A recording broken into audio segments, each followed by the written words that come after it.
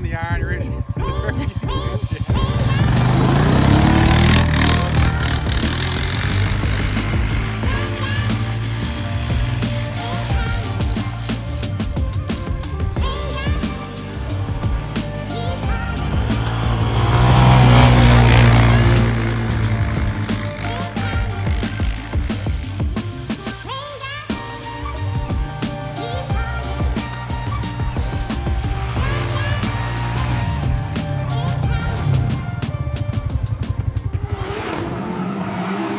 You are watching the Iron Ridge Reserve YouTube channel. Welcome back to Iron Ridge Reserve. We're on part 2 of our frame damage Honda Rancher here. Lots more damage to that. A few things we've already done. I highlighted that on part 1. So if you missed this and you're like, Blake, I haven't seen any of that. Go to part 1. I talked through what we've done. Some of it was off camera. This is likely to be a 3-part episode. So hit that like, hit that subscribe, and don't miss the final journey here before we get to our Lamborghini build series. So let's jump down to it.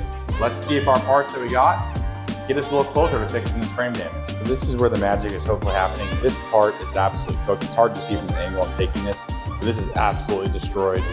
And this is the piece that we need. Won't be painted gloss for too long because we are going to rhino line all of the racks and stuff. Just give it a more aggressive and functional look for out here in the farm. So let's grab this part, line it up, and see just how bad this is off right here. I suspect we have a frame rail here pushed over. So let's line it up, see how far we're off, and get to a solution. By my eyeball, a lick and mend day, I bet you were probably off like a quarter or maybe an 1/8 to a 1/16 of an inch. So let's see here, let's line it up, see how bad we're at.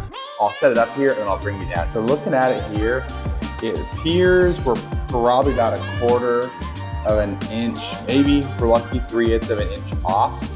Up here, it fits nice and tight, but down here, where I believe bulk of the impact hit this over, it knocked our frame rail over about a quarter of an inch.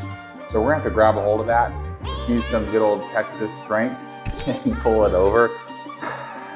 But guys, here in a moment, I'm about to tell you, we have something that might derail every single one of our builds.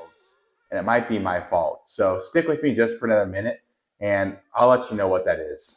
So if you can see right there, that's the gap I'm talking about. And that's about a quarter of an inch almost, 7 7/8. Now, you don't want it exactly that. Usually you get a little bit of wiggle room, like a 1/8 of an inch, and this will kind of tighten up around it. So we definitely don't want to pull it that tight, but we need to be about 7 7/8. Yep, pretty much exactly a quarter. I said, 6 7/8, not 7 7/8, 6 7/8. And we are at 6 5/8. Yep, so we're 2/8 of the way. Yep, 1/4. So we are exactly a quarter of an inch away. So many things in life. If it works out, it's not dumb. If it doesn't work out, it's dumb. We're about to out whether or not this is dumb or not.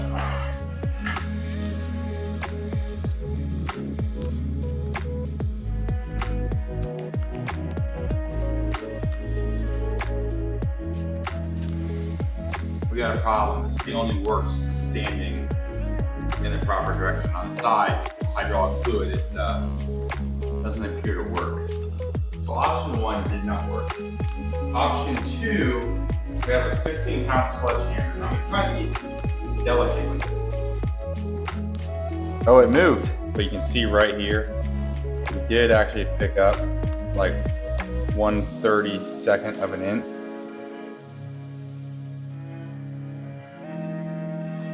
So we got good news and bad news. Good news is we solved our gap here where I wanted to be about 6 3/4. We're right on the money, but we found more frame damage. So when I line this up right here, I'll just do a short lineup. You'll see here, we are pretty dramatically off down here now. What I'm gonna do is put some bolts in here and make sure this front bar is level, just to see if there's anything else up here. If everything's level, then I'm gonna take out the old sledgehammer and get to work. And this is what I'm talking about. It's a gift that keeps giving, frame damage. So right here, you'll see we're an inch off from here, and we're a fair bit off from here. And so this top rail right here, the bottom one's pretty darn straight. This one right here, those are not aligned properly. This one is way too straight. So guess what we're gonna do? We're gonna get the sledgehammer. It's also bent up just a little bit right here. And so we'll see, and again, you think about the impact coming up right through here, kind of forced everything to bend over. And when they re-welded these, they just kind of slapped it all back together. So we will smash these if you break them. My neighbor's a welder, and that's what we're doing, right? Sometimes you gotta break things to fix things. So we're gonna go ahead, smash this, get it all lined up. I'll toss it in there, bring you back once we get aligned. If we break some things, so be it. We're gonna have to re-weld this anyways, and then sand it down before we rhino line it anyways. So nature of the beast, let's go. Down this line, it should be straight. So when it bows up like that, you'll see a lot of the welds that are right here. So this is all bricked right here, which leads me to believe this is spaced out just a little bit. So that's what I'm gonna try to do. Jack putting this off on the ground, figure out a way to kind of re-bend this back straight. So let's take this off and we're gonna put it in.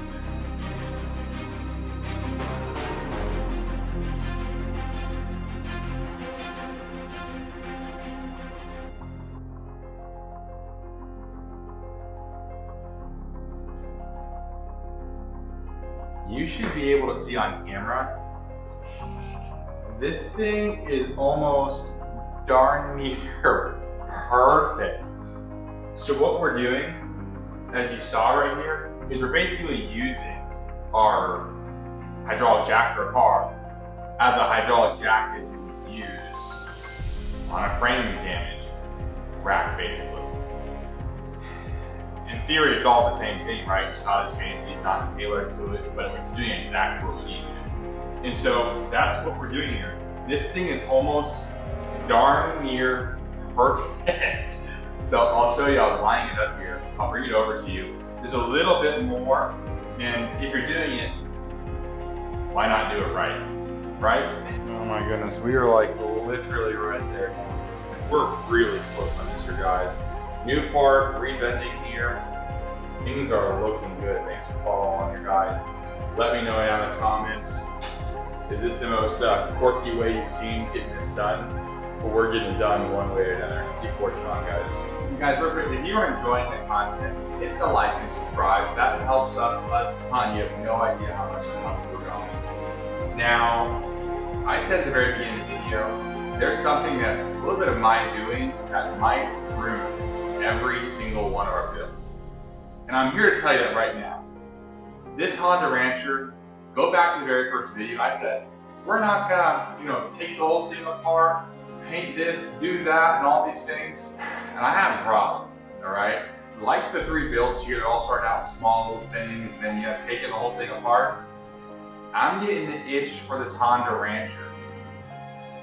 I wanna do new tires, new rims, do new brake pads, put speaker system on it, rhino line it like we talked about, and do a few other things, okay?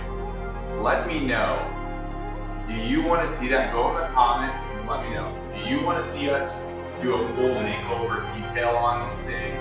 Bring it pretty darn near to new? Let me know, because I'm having the itch to do it. Anytime you're doing something like this, maybe you let it set for a second. It's always going to come back a little bit. It's probably maybe over stretch or pull it an 1/8 of an inch and then slowly let it down. We've got all the bars on here, frame rails, straightened down, all the support bars. We're going to test it all the panels. If it's good, then we're going to take it all apart and do one more final assembly. Again, let me know if you want me to do the extra content. So I've been tinkering with this a little bit. If I would have gotten a new bar, everything would be dialed. So I'll show you in just a second what I was doing. More or less what I've been doing is periodically working pieces and kinks out of here. I have to keep going back to it, bolting it up, back off, back on, making small changes. So far, just FYI, replaced this, new screen, new fluids, latched the valves. The seat cracked during the snowpocalypse. We're gonna have to get another seat on there, which is fine. New bar on here, it's pretty well mounted. And everything is lining up pretty good. Gapping is good. You'll see here, the panel gapping now is nice and easy. It's not stressed. See right here, you have about 1/8 of an inch, which is pretty much how panels usually are. Right there, it's flush, it's happy. And then you come right here and you'll see, look at right there, that is pretty happy. When you put the panel on, it will kind of push it forward just a smidge, so you can tell when everything's rested, before I put that bar on, it's all nice and happy. So I should just have to get that settled so it's not pulling or pushing anything. And once that's happy in homeostasis, we should be set. So let me do a few more pulls. I'll set it up here for you guys, and then you can let me know how you think it looks, and then the test will be right here. I'm literally like 1/8 of an inch off right here, and this is pretty darn straight, just a little bit of a bend. So I'm just getting a sledgehammer and smacking this into submission, and then literally all the panel gaps will be perfect and we'll spot it. Let me stop. Bet you wouldn't believe it, but after some finesse persuasion with this 16-pound sledgehammer, it is absolutely perfect. I can't even tell a difference. This thing might even be better than OEM show quality. After using our car jack and our sledgehammer, just proves if you're willing to get a little bit dicey and creative, you can figure it out. Perfect gap, nothing stressed or pinched, perfect here. And this is the side that we needed to fix. Again, remember, this was the side where the damage had shoved everything up this way. And so lo and behold, it wasn't a surprise. This was slightly, again, when you're doing panels, 1/4 of an inch can make a big difference, or 1/8 of an inch. It was just a little bit high, so it's kind of pushing up and pulling back the panel. So with some persuasion of our sledgehammer, I bolted down so I'd have strong anchor points, released any tension right here so that way it has a flex point, sledgehammered it down as you saw, and I needed to go forward and down. And that's exactly what I did. And I also came here to kind of keep a linear push forward on the whole entire piece. And now it's perfect. Look at this. Exactly what it needed to be. The panel was relaxed right into the hole. And lo and behold, our final checkpoint. Check that out. We're dead center, guys. And that's how you know all the panels are set. So we got this all back together. We know what the problem is.